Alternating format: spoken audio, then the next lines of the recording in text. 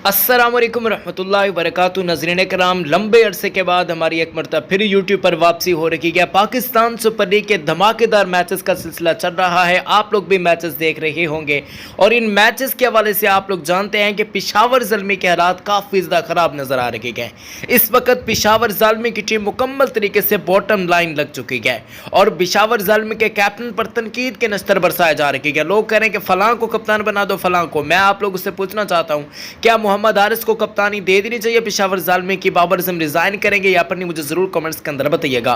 Video को like कर दें, यूट्यूब चैनल को सब्सक्राइब कर दें। नज़रीन करम, अगर फेसबुक पेज पर देख रहे हैं तो पेज पर वीडियो को ज्यादा शेयर भी कीजिएगा।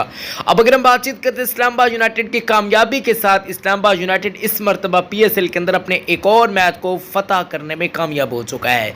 जबकि आपको बताते चले कि यहाँ पर कोयटा की टीम इस वक्त एक मैच जो है वो अपना हार चुकी है, एक मैच वो जीत चुके हैं। साथ साथ लाहौर की बातचीत करते हैं तो सेम स्टोरी इनके साथ भी है। अब की बार पॉइंट्स टेबल पर काफी ज्यादा खलबली आपको देखने को मिलेगी, क्योंकि कुछ ऐसी सूरत हाल बनने जा रही है कि आपकी सोच। जबकि पेशावर ज़ल्मी के अलावा अगर हम कराची किंग्स की बातचीत करते हैं तो उन्होंने बड़े मार्जिन से फतह हासिल की है। पेशावर ज़ल्मी के हवाले से हालात इस वजह से खराब है क्योंकि आज वो बड़े मार्जिन से हारे हैं। इस पर आप लोगों की क्या राय, कॉमेंट्स में